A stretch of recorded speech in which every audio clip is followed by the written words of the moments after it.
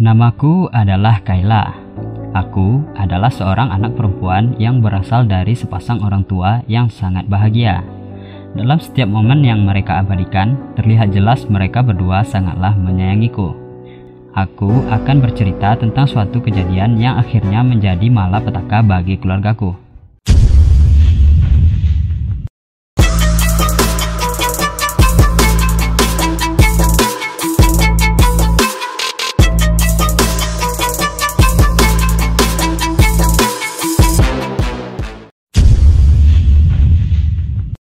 Sekarang usiaku sudah menginjak 15 tahun, dan aku adalah salah satu dari sekian banyak orang yang menderita penyakit asma.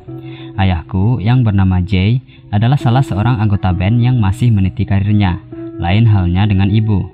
Ibuku yang bernama Rebecca bekerja sebagai seorang penegak hukum. Namun mereka berdua sekarang sudah tidak bersama lagi atau sudah bercerai. Ibu sudah mempunyai kekasih baru dan begitu juga dengan ayah.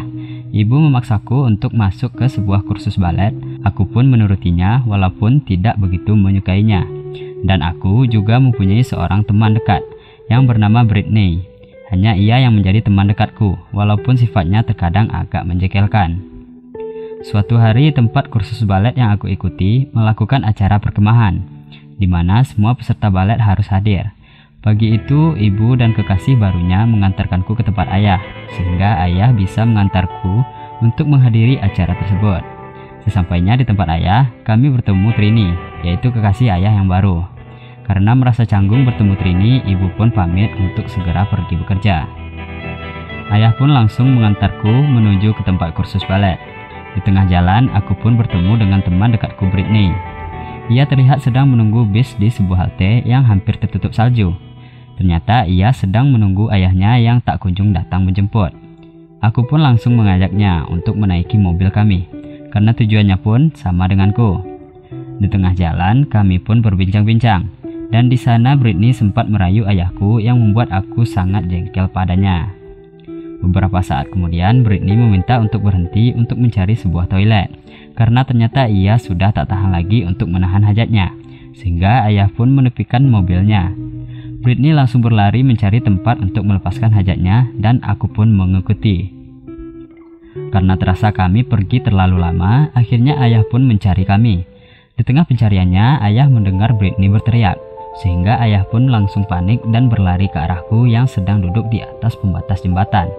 Ayah yang panik sontak menyuruhku untuk turun dari sana, dan sambil menangis aku katakan pada ayah bahwa kami hanya bercanda. Dan pandanganku tepat menuju ke arah sungai di bawah jembatan yang sebagian tepinya sudah membeku. Di sana ayah melihat tas yang sebelumnya dikenakan Britney terletak di atas bagian sungai yang telah membeku. Ayah pun langsung berlari ke sungai tersebut untuk mencari Britney, namun ayah tak dapat menemukannya. Kebetulan saat itu handphone ayah sedang rusak, dan ayah langsung meminjam handphoneku untuk menghubungi polisi. Namun aku mencegahnya dan aku langsung berkata pada ayah bahwa aku mendorong Britney hingga ia terjatuh. Mendengar hal tersebut, ayah pun langsung mengurungkan niatnya. Setelah itu kami pun langsung pulang. Tapi sebelumnya ayah menemui ibu yang sedang bekerja di kantornya terlebih dahulu. Ayah mengajak ibu untuk bicara di rumah. Aku yang ditinggal ayah di dalam mobil merasakan asmaku kembali kambuh, dan obat yang biasanya aku bawa pun sepertinya terjatuh entah di mana. Aku ingin pulang secepatnya. Ayah dan ibu pun berdebat harus membawa aku kemana, dan akhirnya kami bertiga pulang menuju rumah ibuku. Ketika sampai di rumah, perasaanku masih semraut, sehingga aku pun langsung mandi dan berendam di dalam kamar mandi. Ibu yang melihatku di kamar mandi mengemasi barang-barangku dan menemukan bajuku yang telah sobek, sehingga dari sana aku menceritakan semua kejadian yang terjadi kepada ibu. Esoknya seperti tidak terjadi apa-apa. Aku pun beraktivitas seperti biasanya. Aku membuat sarapan pagi berdua dengan ibu hingga akhirnya ayah pun datang. Secara tidak sengaja aku menguping pembicaraan mereka berdua yang membuatku jengkel, hingga akhirnya aku mencoba kabur. Ayah yang melihatku langsung mengejar dan mencegah. Lalu kami pun cekcok dan aku berkata bahwa aku mendorong Britney karena ia menggoda ayahku. Ayah yang mendengar hal itu pun langsung marah padaku dan pergi dari rumah. Siangnya, seseorang membunyikan bel rumah kami. Ibu pun langsung membukakan pintu. Alangkah terkejutnya ibu, ternyata itu adalah ayah Britney. yang menyangka bahwa anaknya sedang berada denganku. Namun ibu berkata bahwa aku sedang sakit dan sedang pergi ke dokter. Lalu ayah Britney pun meminta nomor handphone ibuku untuk bertanya sekiranya aku sudah pulang berobat. Dan ibu pun memberikan nomornya pada ayah Britney dengan tangan yang sangat gemetaran. Ibu yang sedang panik pun langsung menghubungi ayah, namun tidak ada jawaban. Dan ibu menyuruhku untuk menghubungi ayah Britney untuk memberi penjelasan bahwa anaknya sedang tidak bersama kami. Namun aku menolaknya dan tidak menghiraukan perkataan ibu. Dan secara tiba-tiba terdengar suara seseorang masuk ke rumahku. Ibu diam-diam mencoba mengintipnya. Orang itu berjalan menuju ke arah kami dan tiba-tiba suara orang itu memanggil nama ibu. Ternyata itu adalah ayah yang sempat membuat kami khawatir. Ibu pun langsung menceritakan pada ayah bahwa ayah Britney mencari putrinya ke rumah kami. Lalu ayah pun memiliki ide untuk membawaku ke sebuah hotel untuk menginap sementara beberapa hari di sana. Dan ibu pun menerima ide tersebut. Ketika ibu hendak memasuki mobilnya, tiba-tiba ayah Britney untuk kedua kalinya datang ke rumah kami dan kembali menanyakan keberadaanku. Sekarang ia mulai risau, namun ibu masih berbohong dan mengatakan aku sedang pergi berobat. Tiba-tiba ayah yang tak tahu apa yang terjadi pun ikut keluar. Aku yang juga penasaran dengan apa yang terjadi juga ikut keluar rumah. Ayah Britney pun terkejut melihatku dan ia mulai mempertanyakan mengapa ibuku membohonginya dan ada apa sebenarnya. Keadaan pun mulai memanas. Ayah Britney langsung memaksa bertanya kepadaku mengenai keberadaan putrinya. Ayahku pun berusaha menghalanginya dan memeganginya. Namun tanpa sengaja ia memukul hidung ayahku hingga berdarah. Melihat gerak-gerik orang tuaku yang mencurigakan, ayah Britney pun mengatakan bahwa ia akan menghubungi polisi.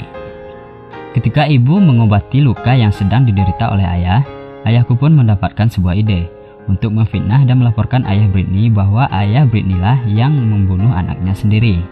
Inilah kesalahan terbesar yang diambil oleh ibuku dengan menyetujui ide gila ayah. Hingga akhirnya ibu pun menemui temannya yang bernama Kenji, yang merupakan seorang detektif, dan melaporkan bahwa ayah Britney telah menganiaya anaknya sendiri. Mendengar laporan ibu, Kenji langsung datang ke rumah untuk menginterogasi diriku. Lantas aku pun menjawab semua pertanyaannya dengan kebohongan yang mengarahkan ayah Britney sebagai pembunuh. Dengan kejadian yang menimpaku ini, di satu sisi aku merasakan ketakutan dan merasa bersalah karena telah membunuh teman dekatku. Namun di satu sisi, melihat ayah dan ibuku yang sudah bercerai dapat akur kembali, terlintas sedikit kebahagiaan di dalam hatiku. Esok harinya, Kenji yang ditemani oleh seorang temannya mulai mendatangi rumah ayah Britney untuk melakukan interogasi. Tentu saja ayah Britney tidak terima dengan tuduhan yang mengatakan bahwa ia telah membunuh anaknya sendiri. Namun Kenji terus menggali informasi tentang apa yang terjadi sebenarnya. Hari pun berganti esok. Ayah membawaku ke rumahnya yang di sana pacar ayah dan sekaligus teman-teman anggota bandnya telah menunggu untuk memulai latihan yang sebelumnya telah direncanakan oleh ayahku. Namun ayahku melupakan rencana tersebut karena sibuk mengurus masalah yang sedang menimpaku ini. Terlihat pacar ayah tampak sangat kesal. Ditambah lagi ia menemukan tas Britney yang sebelumnya kami temukan di dalam mobil ayahku, hingga ia mengira bahwa ayahku selingkuh dengan wanita lain. Dan mereka pun bertengkar. Benci akan hal ini, aku pun memutuskan untuk pergi dari sana. Namun ketika sedang berjalan, aku pun bertemu dengan ayah Britney yang kebetulan melintas di sana. Ia terus-menerus menanyai tentang keberadaan putrinya, hingga ia pun menakutiku. Dan terang saja aku pun langsung melarikan diri hingga ke rumah. Ternyata ayah Britney mengikutiku.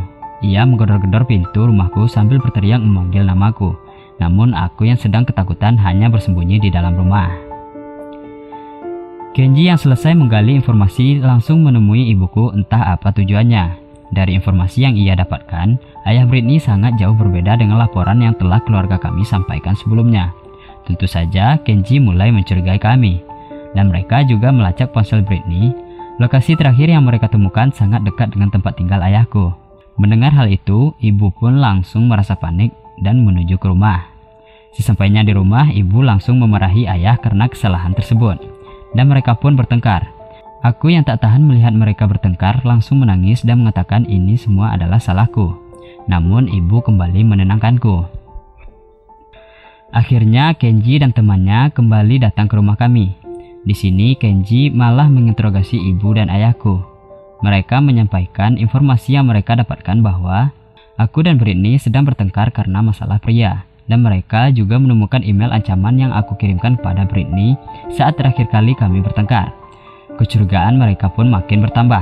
Ditambah lagi mereka menemukan alat bantu pernafasanku yang telah hilang sebelumnya di lokasi di mana aku membunuh Britney. Melihat semua fakta yang memberatkan anaknya, ibuku langsung mengusir Kenji sekaligus temannya. Malam harinya, ibu dan ayah berniat untuk mengubur handphone Britney yang ia dapat sebelumnya di dalam pekarangan rumah Britney, sehingga ketika polisi melacak kembali, mereka akan menemukan bukti bahwa ayah Britney lah pelakunya. Ibu yang menunggu di dalam mobil sementara ayah mengubur handphone tersebut mulai panik. Dan ketika ia keluar dari mobil, tiba-tiba di belakangnya ayah Britney datang mendekat. Ibu yang ketakutan langsung berteriak hingga ayah pun datang. Maka terjadilah perkelahian antara mereka berdua. Ayah menenggelamkan kepala ayah Britney ke dalam sungai hingga ia hampir mati. Namun ibu mencegahnya dan mereka berdua pun lari dari sana. Ibu yang menduduki kursi supir langsung menancap gas untuk pergi dari sana. Ketika sedang menyetir, tiba-tiba ayah Britney berdiri menghadang jalan mereka. Ibu yang ketakutan tanpa berpikir panjang langsung menginjak pedal gas dan menabrak ayah Britney. Ayah yang panik langsung mencoba menelepon ambulan untuk menolong ayah Britney yang sedang terkapar bersimbah darah setelah ditabrak oleh ibu dengan sengaja. Setelah berpikir, ayah mengurungkan niatnya dan mereka berdua membiarkan ayah Britney yang terkapar hingga akhirnya meninggal. Aku yang sebenarnya tidak mengetahui perbuatan ibu tersebut lanjut menjalani kegiatan seperti biasa. Walaupun pagi itu aku melihat raut kesedihan pada wajah ayah dan ibu. Akhirnya ayah dan ibu membersihkan bekas darah yang tertinggal di mobil mereka seusai menabrak ayah Britney semalam. Ketika selesai membersihkan noda darah tersebut, tiba-tiba seseorang datang ke sana dan menanyakan keberadaanku. Ia adalah Britney yang terlihat sehat walafiat lahir dan batin. Sontak ibu dan ayah tidak mempercayai apa yang mereka lihat. Ibu langsung menyentuh Britney dan ternyata Britney masih hidup. Sebenarnya ini hanyalah rencana Britney untuk mengerjai ayahnya. Ia berniat menemui kekasihnya, namun ia tidak ingin ayahnya tahu. Lalu ia memintaku untuk membohongi ayahnya dan keluargaku sendiri. Namun aku tidak menyangka kejadiannya akan sejauh ini. Tapi apalah daya, nasi sudah menjadi lontong. Ayah Britney yang telah meninggal tidak dapat hidup kembali. Ibu yang telah membunuh ayah Britney untuk melindungiku akan merasa bersalah seumur hidupnya. Terlebih lagi, aku akan menyesali semua perbuatanku seumur hidup. Dan kisah yang menjadi malapetaka yang terjadi di hidupku dalam film berjudul The Lie ini akhirnya berakhir. Dan inilah aku, orang-orang mengenalku sebagai Kayla.